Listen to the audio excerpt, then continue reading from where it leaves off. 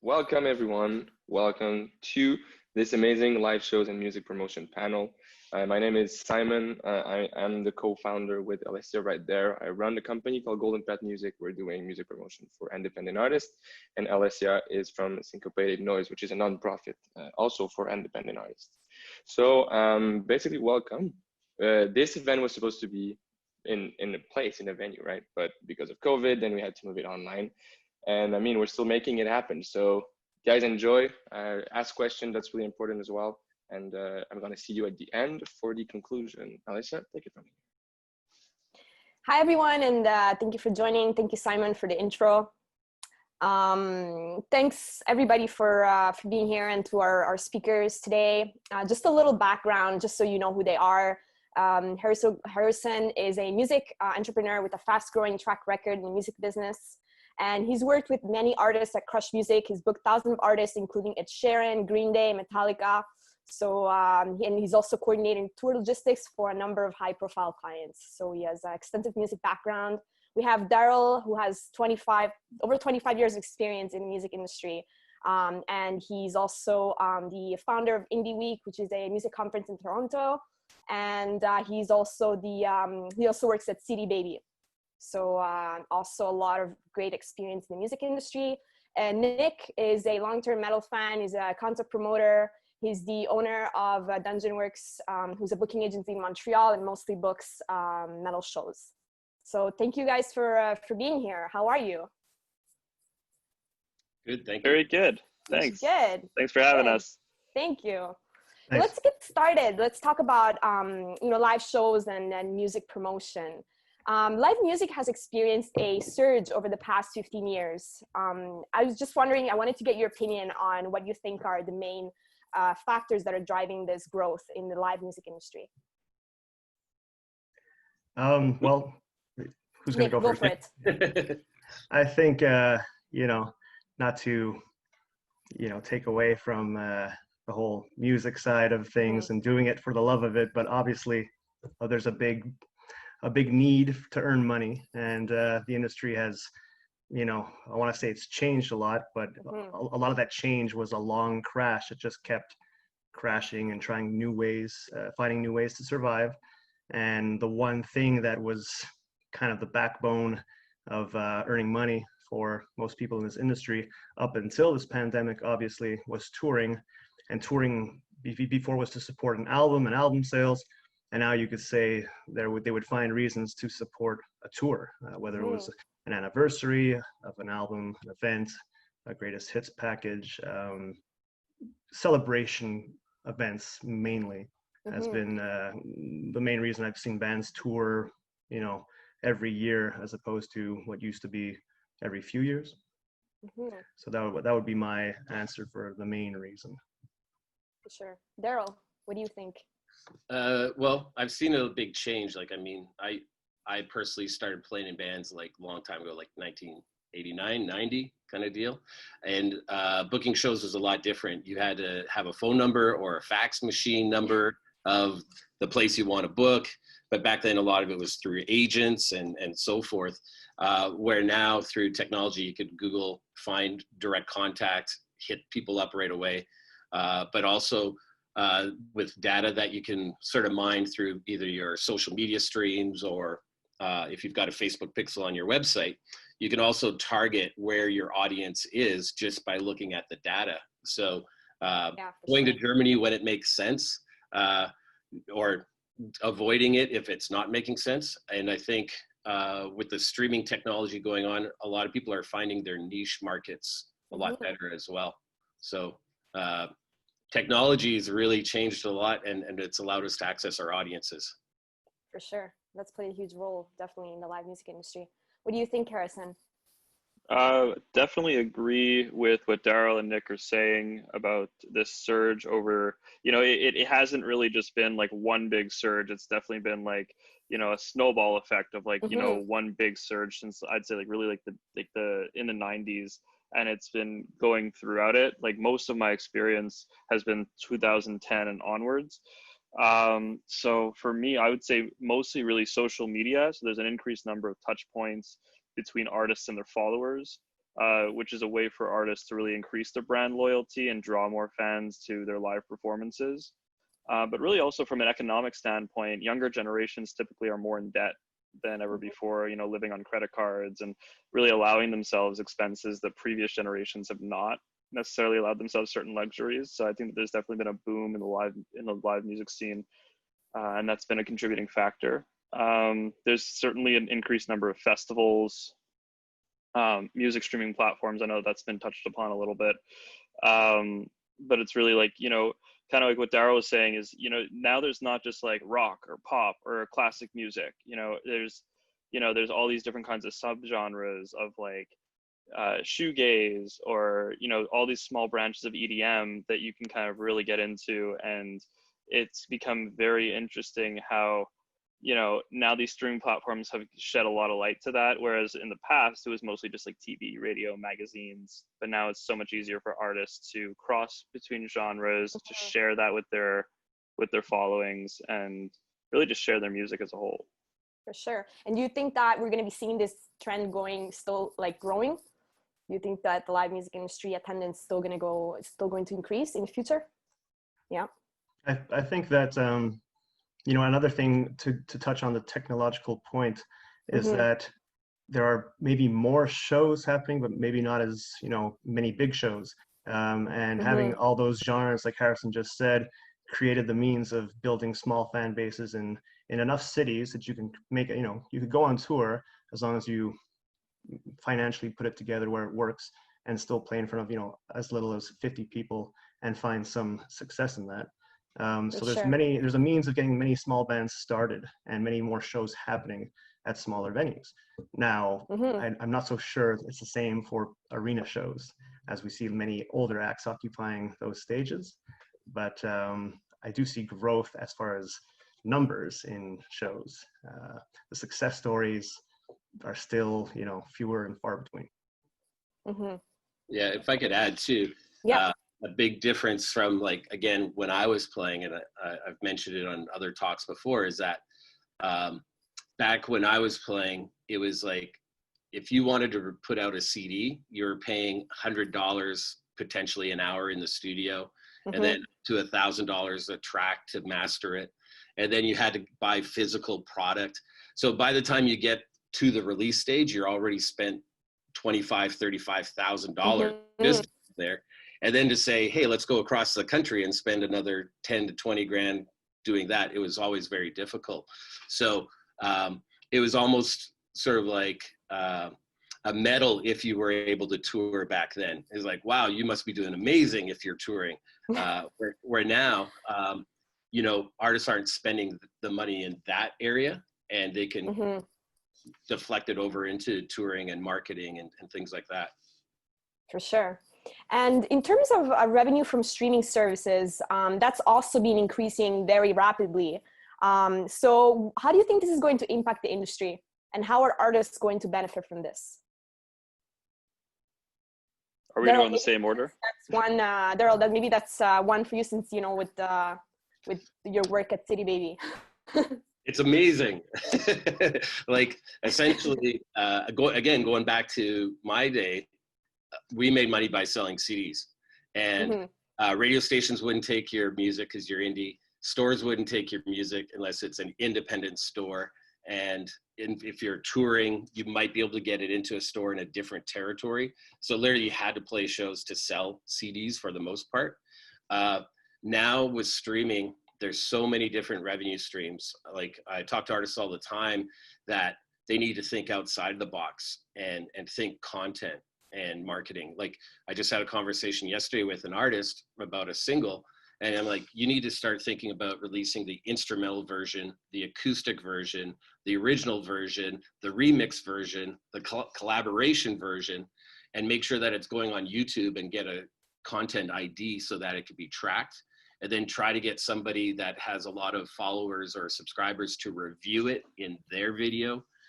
There's so many options, you know, and I tell artists, think outside the box, especially now. I would be doing a Christmas song, a Halloween song, a back to school song. Like, you've got the time to do all this kind of stuff, and it's all available there. Cover songs are so easy, $10, and it's a free upload. through Sound Drop. Like, and everybody's doing covers right now. They should literally download it and upload it. And, you know, there's just so many different ways.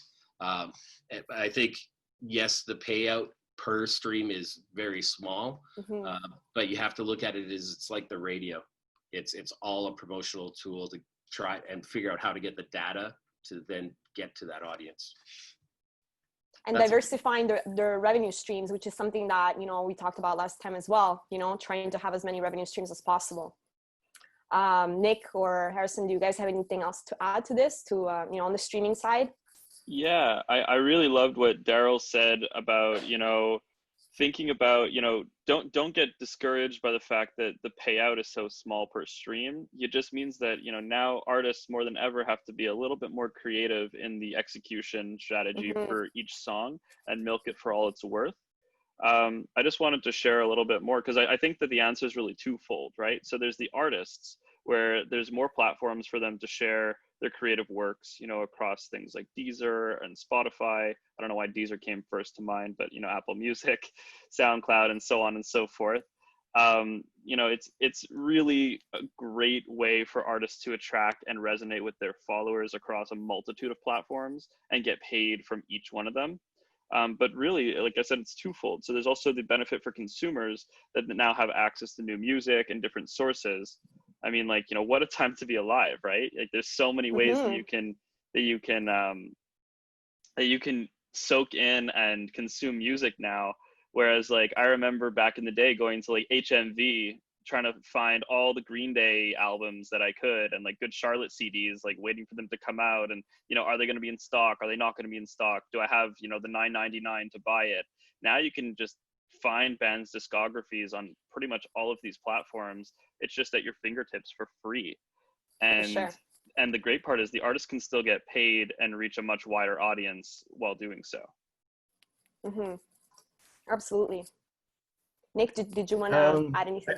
Yeah, I mean, I think that, you know, what Darryl said about the promotional aspect is probably the most important, especially from where I'm coming from, you know, with metal and punk and underground stuff like that.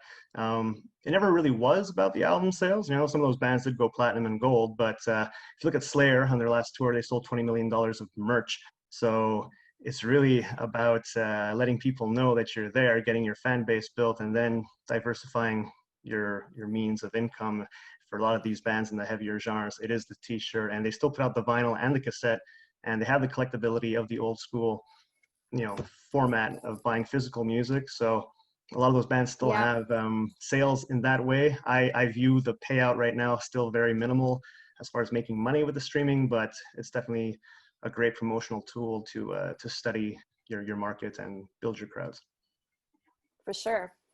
And in your opinion, what are some of the things that, you know, artists should be doing right now to consistently keep growing their fan base and stay relevant? I'm answering this one. Yeah. Go for it. I'd say it's really also about knowing your audience and marketing yourself to the right target audience. A lot of bands with a lot of potential, they end up playing just to the wrong crowds, and they can't, you get like a mixed show, you know, where the band's great, but maybe is, I don't know, like an old school Iron Maiden type act, and they're playing with bands that are, you know, like Avenged Sevenfold or Nine Inch Nails or something like that. And they're just not breaking out to that potential crowd in the city that would have been happy to see them. So with all these technological breakthroughs, it's pretty easy now to figure out where you want to go and who you want to play with, make your shows more scarce so you're not overloading the demand for you. Oversaturating, yeah. And having good merch, you know, making yourself that unique format without being a cliche or a gimmick, you know, just something unique that people they go to the show and they're gonna buy. There are bands that are just, you know, putting out all kinds of crazy stuff, and it almost feels like it's you know, it's definitely a product, but there's a balance and a perfect harmony to build great music with a great fan base, a loyal legion of fans who also wants to buy your quality merchandise. And it's always about the talent with the marketing combined. For sure. Darryl? There's lots, I think this is actually a really interesting time for artists. Like this is almost like everybody's at the same playing level. It's like a reset. But I would say almost like create a routine. So one, I would say work on the next 12-month plan that you can execute so that when everything gets back to normal, you're already out of the gate, ready to go. Two, create as much content as you can. So then when we're ready, you're not creating at that time. You could be shooting like 5 videos right now and plan 5 singles for when things get back to normal. I do recommend doing a weekly or bi-weekly live, some sort of connection. Consistency, with audiences. Double Experience is one band that I used to work with, and they do every Wednesday, but they team up. So like this Wednesday coming up, they've teamed up with a hot sauce. So the biggest thing during this is go outside your box and get new people. So collaborate so that you're actually getting fans from somewhere else. Otherwise you're hitting the same people over and over and over again. And then I highly recommend convert it. Send them to somewhere they could sign up to a newsletter that you can communicate past this with. They keep talking to them, and then you can push them off to merch channels or and leveraging their email list. I think this is something that artists very often artists don't do, and it's a really great marketing tool. Exactly. And I recommend everybody look up Facebook Pixel and put one on the landing page that you're sending them to sign up the newsletter, because then you can build an audience on Facebook and later do Facebook ads to the people interacting with you. To the actual audience. Yeah, but do it consistently. Like that's the biggest thing is it's like a radio show. It's the same day, same time, nonstop. Consistent and relentless is what I usually say. For sure. Thank you for sharing. Harrison, do you have anything to add to that? Yeah, I love this question, really. You know, a lot of you guys really answered this really, really well, like Nick and Darryl. And, you know, the key word here is consistency. You know, it's not rocket science here. You know, artists need to be consistent. People are creatures of habit. And consumers' attention spans are smaller than ever with the vast amount of content that we consume on a regular basis. Like, for instance, I literally just during this time I've actually blocked my Facebook newsfeed because it's just sometimes it's an overload. You know, sometimes people want to tune into what they want to tune into, and if you're not consistent, you will lose them. They're gone. They'll start watching a new show on Netflix, or they're gonna listen to another band who's consistent with their live streams. You know, nowadays you need to be creating relevant, cool, chic content that really resonates with your audience. You know, music videos are super important to release. You know, let's say you're a small artist, you might not want to space out a music video release at a different time than your single. Maybe you can release them both together until you can grow wide enough that you can be a little bit more strategic with your marketing plan. You know, you really want, you know, if there's any artists that are listening right now that, you know, probably have less than like 1,000 followers, right? Like less than 1,000 followers is, you know, that's just a starting point. You want to really build that foundation, make sure that, you know, your core audience really knows who you are. They can resonate with your brand. You know, it's a marathon. It's not a sprint. Absolutely. And what do you think are the top 3 things you look for when you're booking an artist or band for a show? Nick and Darryl, maybe that's more for you, or Harrison as well. Let Harrison go first. Go, sure. All right, I'll go first. Don't write me a book. It's as simple as that. I don't care that your genre is a mix of Prince blended with Drake and atmospheric jazz undertones of the ocean and hints of death metal. Don't tell me that, because truth is I don't care. I don't have the time. Promoters do have to, we do not have the time to read this whole book of an email like this long. We just don't. We're super fast paced. Most of us, especially the smaller guys who are booking smaller rooms, we're wearing a booking hat, we're wearing a marketing hat, we're wearing a ticketing hat, we're bouncers at our own show, we're ticket takers, production, you name it. Talk numbers. Numbers are super fucking sexy. I'm sorry if I'm not allowed to swear, but numbers are super, super sexy. Write me 2 sentences. Hey, Harrison, love the shows you do. Would love to be a part of your next one. I'm a 3-piece punk band from Ottawa. We're on the scene. We're new. Here's our history and a link to our latest track. And tell me things like, you know, the show date, the venue, the city state, the ticket price, the attendance, you know, we played with these 2 other bands. Give me that in a very, very clean way, something that's like an attachment. And the other thing is just like, here's a link to our newest video, right to the point. That's what's going to get you on more shows. That's what's going to stand out to a concert promoter. Tell me the numbers, tell me your metrics. At least, you know, that's what it's been for me. For sure. Nick? Yeah, I think basically the question more or less revolves around bands looking to get onto a show, like there's a bigger band headlining who's already been booked through a professional agency or something. Yeah, let's say they want to be on the bill. There might be a spot. So, I mean, yes, what Harrison just said, numbers are sexy. That's the bottom line part that comes into question. Like, how many people do you draw? Where are you at professionally with your band? There's always going to be that question on the money aspect, because a lot of these bigger bands, they're being booked at probably over their value sometimes, just the way things go. And you need that support from the opening band if there's a spot where they can help sell some tickets. But it's not just about that. It's also about how professional they are, their attitude, the equipment that they have. You can't have them steal any, comforts from the headlining band who your contract and hospitality rider is with. You can have obviously conditions for the opening band that make things smooth for them, but in the end, they're going to make things smooth for you. And you're the one that's going to notice as a booker how professional things went, their interactions with the crowd, who maybe no one knows who they are. The headlining band might discover who they are. A lot of possibilities come from just how cool you are as a band, working with the people who book you and the band you're opening for, as it is for a booker being cool with the bands he books, and the relationship that's built between everybody, just being on the same page and very down to earth. My goal is to make everyone else happy. I look for the band who wants to make everyone else happy too. And in the end, the positivity is a cycle, and hopefully it builds from there. You're able to gain some success down the road. For sure. I agree with everything, and just sort of add a little bit. Yes, know how to contact either booker or promoter properly, know how to do follow-up properly. Like, I'll get an email Friday, 6:00 p.m. and I'm like, I'm not working till Monday. Sorry, I'm not looking at anything. Sunday, did you get my email? Monday, hey man, you haven't got back to me. Like, now my inbox is full and I just hit delete. I don't even, because that sort of is a sign they don't know their place, right? And then yes, know your place in this. When I was booking the Rivoli in Toronto, I get a band from out of town say, hey, we've never played Toronto. We'd love a Friday night and we'd love to open for an established act. Hence, we want people in the room for us. And that's telling me they're bringing no one in the room. Absolutely. So know that you got to kind of pay your dues. And I think the biggest thing that's sort of missed is that this is a business.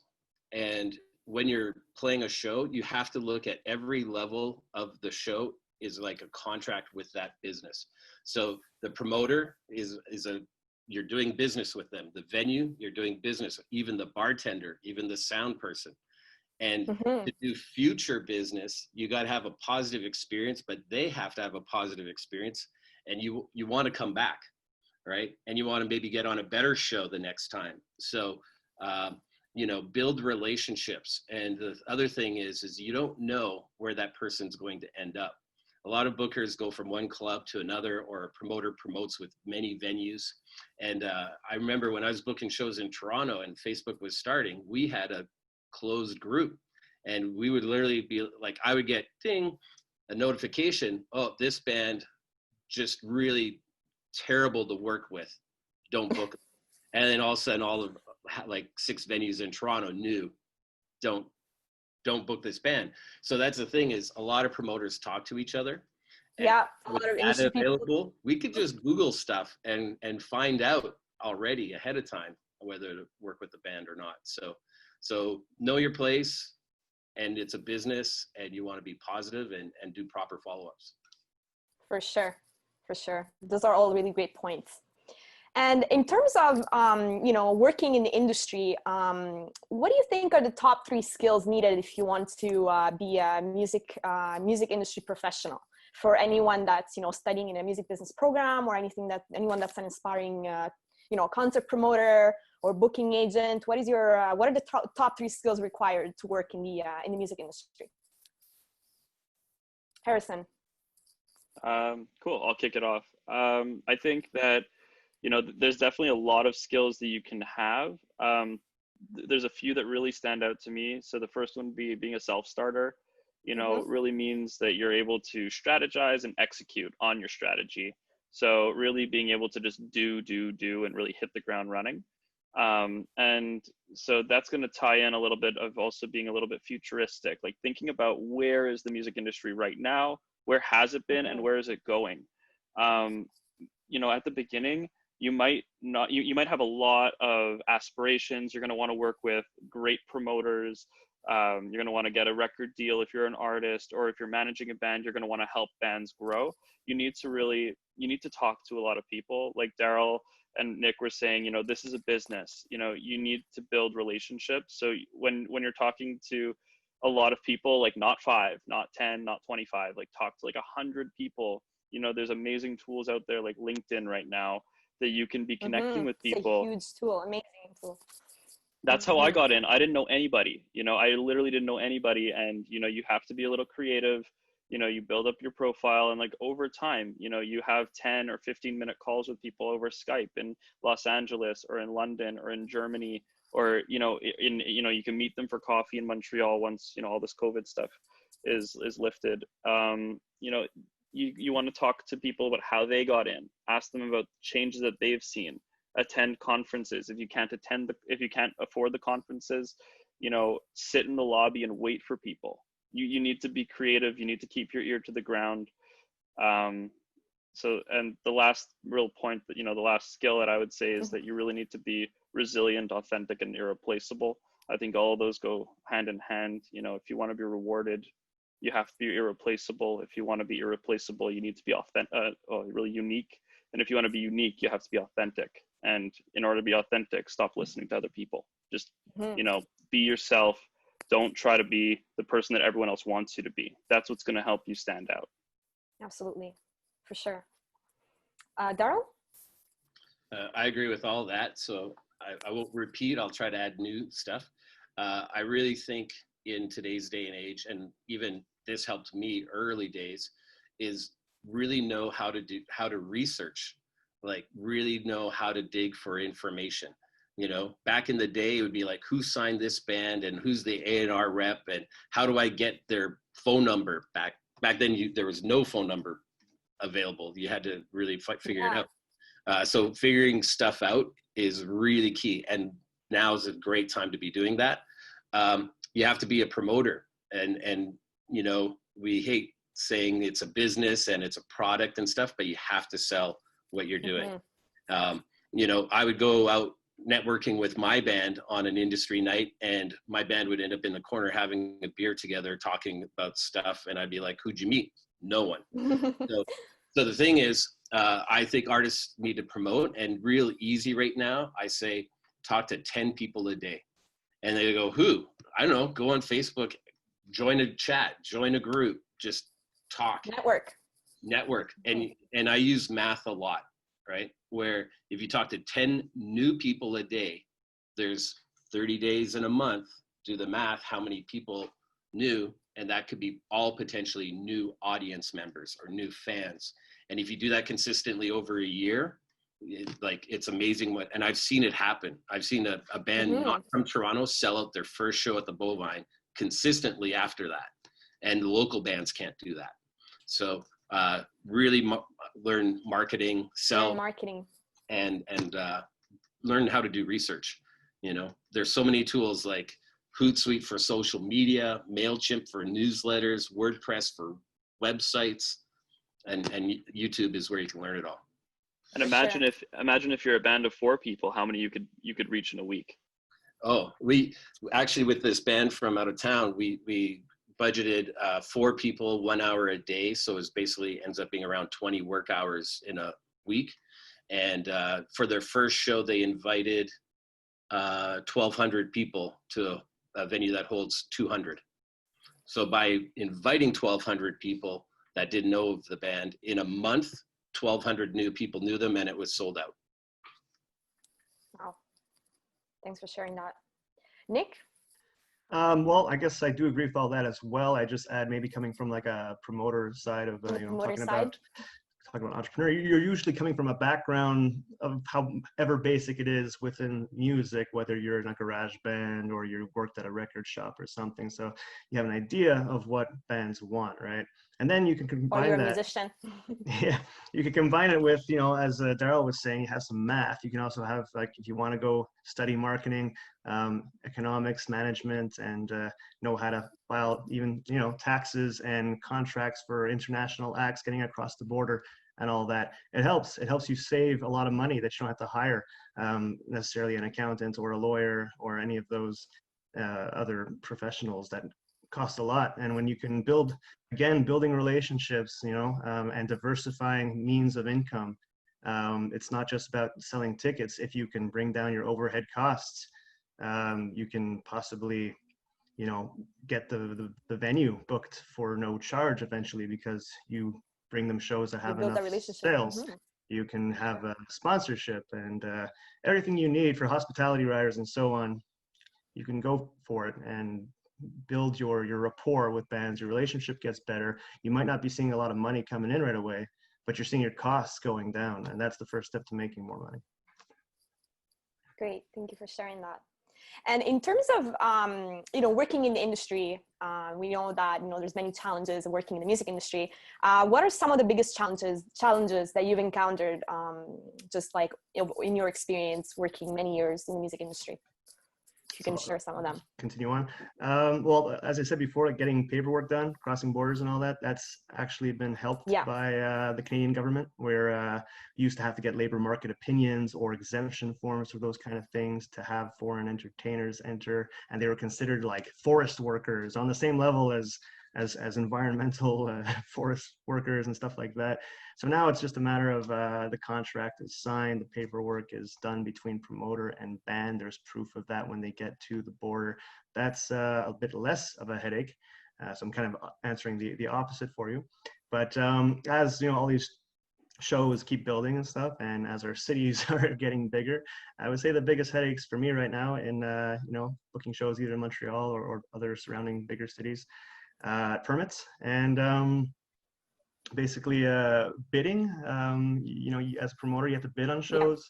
You have agencies that want to make the most money for the bands they're selling you, and just to even be considered among the people who can bid, you have to work your way up to getting to the point where an agency trusts that if you bid on something, you're going to come through, put on the best show you can, and be good, make money for the band.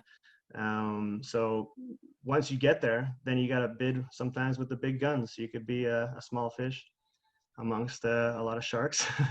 And you got to just, believe in yourself and the relationships that you've built with bands. Mm-hmm. Yeah, your reputation. And sometimes you might have to bid a little higher too, if you really want to get that show and put it on and have it in your resume after for what you've accomplished.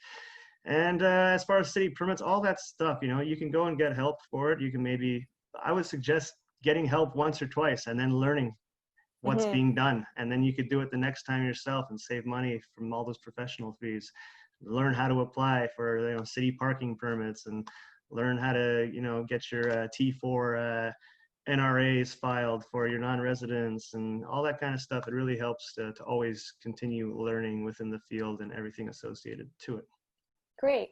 So we have 1 more minute, then we'll take some live questions. So in the meantime, anyone who's in the audience, go ahead and write us your questions in the Q&A and we'll get to them.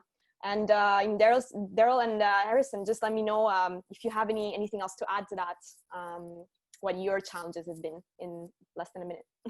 Sure. A big one is learning to plan 12 months or more in advance all the time. Everything's on a timeline, and I see so many artists miss festival applications, grant applications. They don't have a marketing plan in order.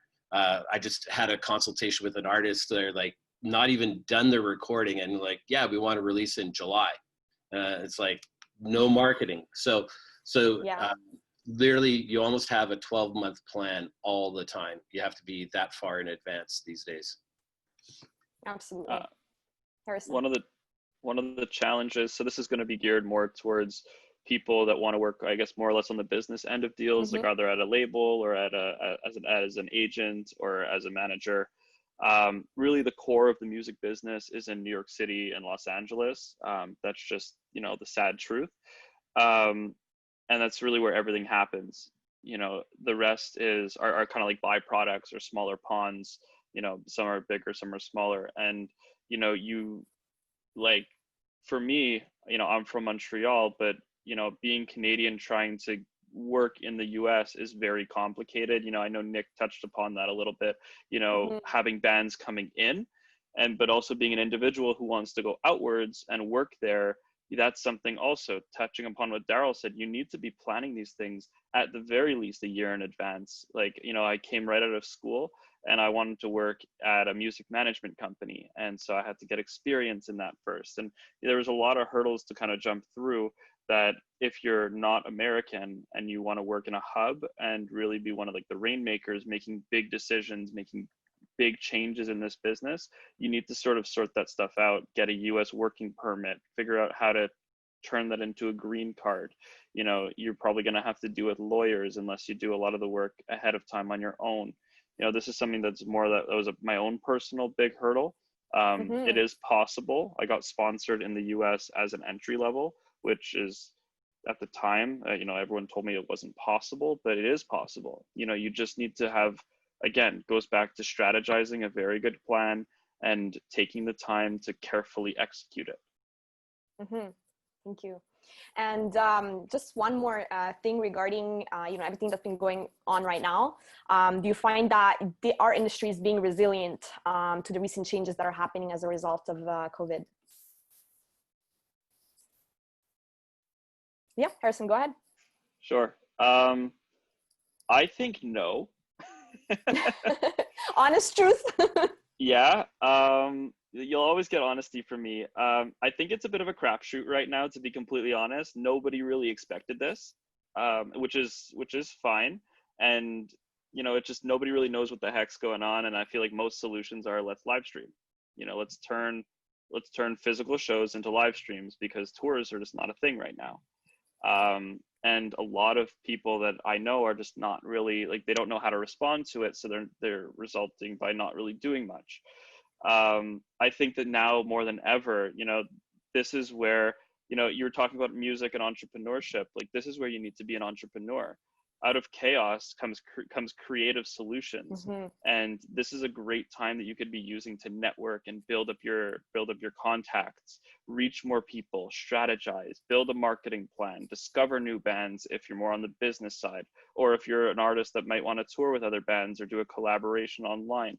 There's all these technical or technology alternatives that you can collab. You know, you want to stay alive in this space. And in order to do that, you have to either learn some new skills. You know, Nick was saying that, you know, you might want to go back to school and do like a marketing certificate so that you don't have to spend that money. You know, that's what's going to propel you further when live eventually does come back in 2021 or 2022, whenever it does happen. You know, everybody has, sorry. Yeah, go ahead. Just like finishing up, we have 1 more minute. So then I just want to get Nick and Darryl just to add anything else to that. Yeah, I'm going to let them talk. You know, I could talk about this for hours. Go ahead, Darryl. I think the thing is that there's almost no, people are not jiving with this at all. There's some people, like I just commented on an artist page this morning, where they want it to be the same. Like they're rigid, like, when can we do the same thing? And it's like, it won't be the same. So don't even consider that, right? You got to move towards change. And if you embrace it, there's actually so many opportunities right now. I'm seeing people, like, I try to go to a restaurant in my neighborhood 1 day a week to support local, but there could be CDs right there. They could say, hey, how about I do a live stream to promote your restaurant? You have my CDs or shirts there, and I'll be promoting you online when I do this music performance. Like, there's so many, but that could turn into a sponsorship, like Jack Daniels or like anything. Like, there's just so much that could happen. And I would say, look at the way to make live experiences is, you know, hey, I'm selling a VIP package. I will mail you a kit, and it could have a cocktail glass in it. It could have a shirt, a CD, and we'll have a cocktail together when I perform live. You know, there's lots of cool things, and it's just think outside the box. So, sure. but you have to be open to it. Thank you. Nick, just a few May words I just wrapping say up? quickly, there's a lot of ideas in their infant state that are being rushed, and there's not really a way to necessarily monetize all of them. Mm-hmm. I think that we're seeing a lot of streaming and stuff like that. People will follow a band city to city to see a live show of the same tour every night because they love the band so much. I'm not sure they're gonna go online and watch the same show every night. However, I think the virtual reality stuff, like talking about maybe presenting a show with a VR helmet, and that's probably where it's going to get to, where it's a lot cooler to be a part of that as opposed to just watching a screen. I'm not sure we're there yet. We're doing what we can with the live streaming. Yeah. That could just be one show at a time and not necessarily, a 30-date kind of thing, but I'm hoping for the best. I don't think we're there yet. I think people want it back to normal first, but they're going to keep in mind what we did during this time for the future and develop Absolutely. that. For sure. Thank you for sharing that. Simon? Yeah, all right. Okay, so thank you guys. And that was really, really amazing. Thanks, Alessia, for moderating this panel. I also want to say thank you to the team that is working on the back end of this, Alex, Pamela, and Rob. We are really, really happy that we are able to deliver this to you online. We will also be accepting donation towards next year edition that hopefully would be all in a venue. You can go on risemontreal.com for that. And yeah, I guess that's it. Thank you guys. We have another panel at 2, so stay tuned and be with us. Have a good one. Thank you. Thanks, everyone. Bye-bye.